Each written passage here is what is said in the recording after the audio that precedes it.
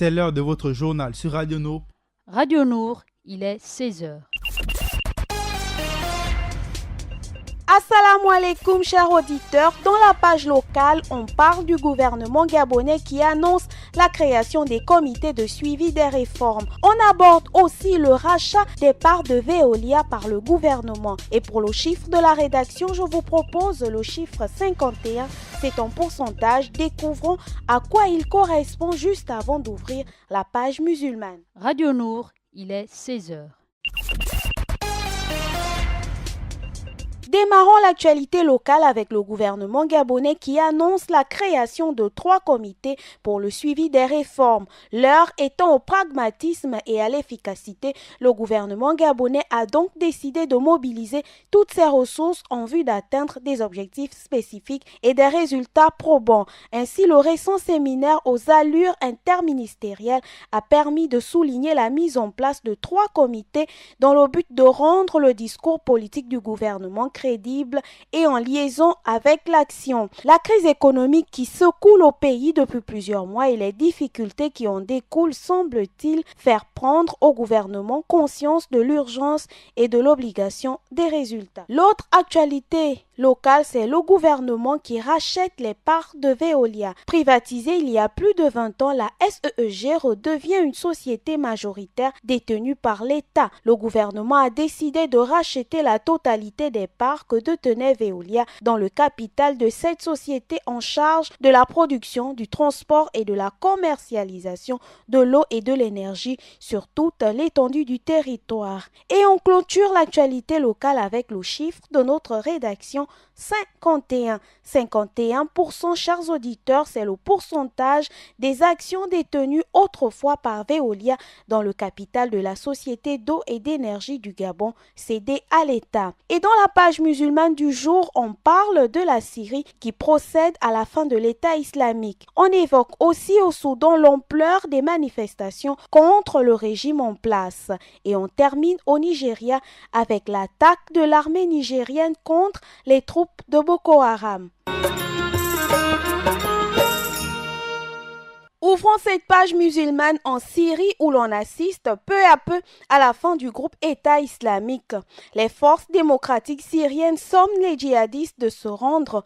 Des combattants du groupe État islamique se sont retranchés dans leur dernier réduit à l'est de la Syrie, dans un village de la province de Deir ez-Zor. Ils tenteraient donc de négocier leur transfert vers une autre région du pays. Le groupe État islamique n'a d'autre option que la capitulation, affirment les forces démocratiques syriennes. Encerclés de toutes parts dans leur dernier bastion de cette province de Deir ez-Zor à l'est de la Syrie, les djihadistes sont actuellement retranchés dans des tunnels et sont entourés de civils considérés comme un simple bouclier humain. On évoque aussi l'ampleur grandissante des manifestations au Soudan contre le régime Omar el-Béchir.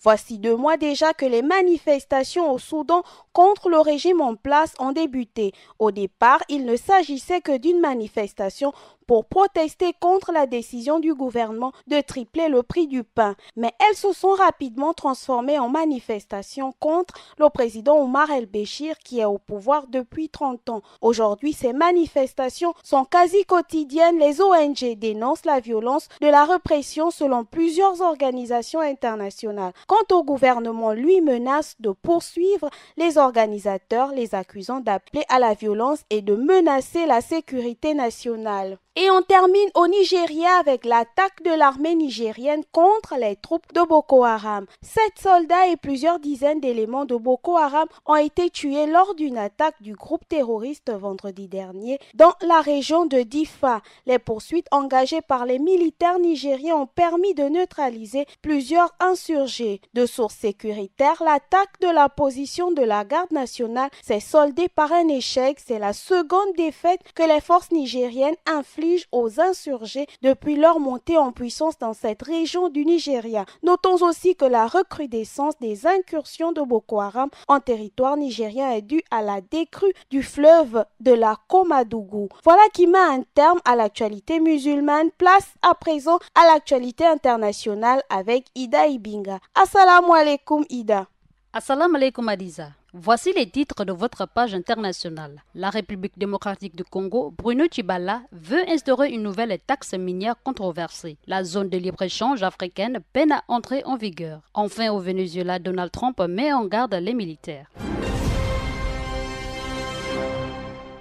Nous ouvrons cette page internationale en République démocratique du Congo en entendant toujours la formation de nouveaux gouvernements, presque un mois après l'investiture de Félix Tshisekedi. En attendant, le gouvernement sortant, officiellement démissionnaire, continue de prendre des mesures, créant des polémiques et incertitudes. Le Premier ministre sortant, Bruno Tshibala, vient par exemple d'exiger à ce que les entreprises minières paient une taxe supplémentaire au fonds de promotion de l'industrie, contre l'avis des entreprises du secteur, y compris des ministères de tutelle. Ajoutons à cette actualité que la zone de libre-échange africaine sera l'une des priorités du président en exercice de l'Union africaine, l'Égyptien Abdel Fattah al-Sisi.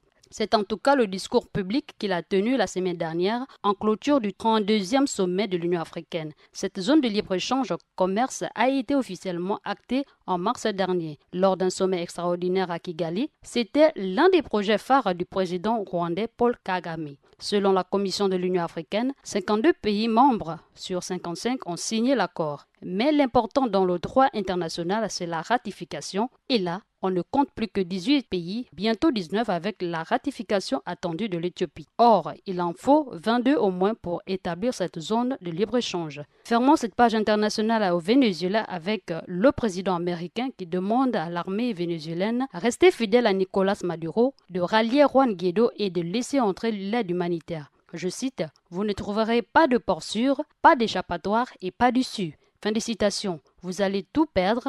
Le président américain Donald Trump a mis en garde les chefs militaires du Venezuela, estimant qu'ils couraient à leur perte s'ils ne ralliaient pas Juan Guaidó.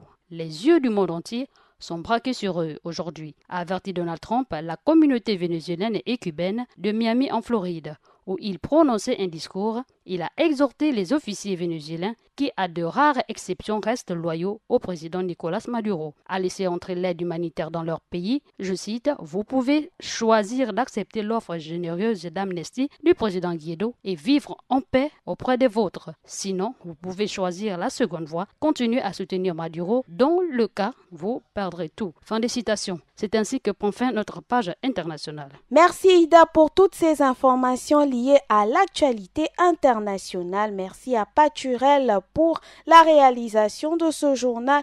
Merci à Maël Manomba pour la coordination. Merci également à vous, chers auditeurs, pour avoir choisi Radio Nour pour vous informer. Sur ce, je vous dis Assalamu alaikum wa rahmatullahi wa barakatuh. Radio Nour, il est 16h.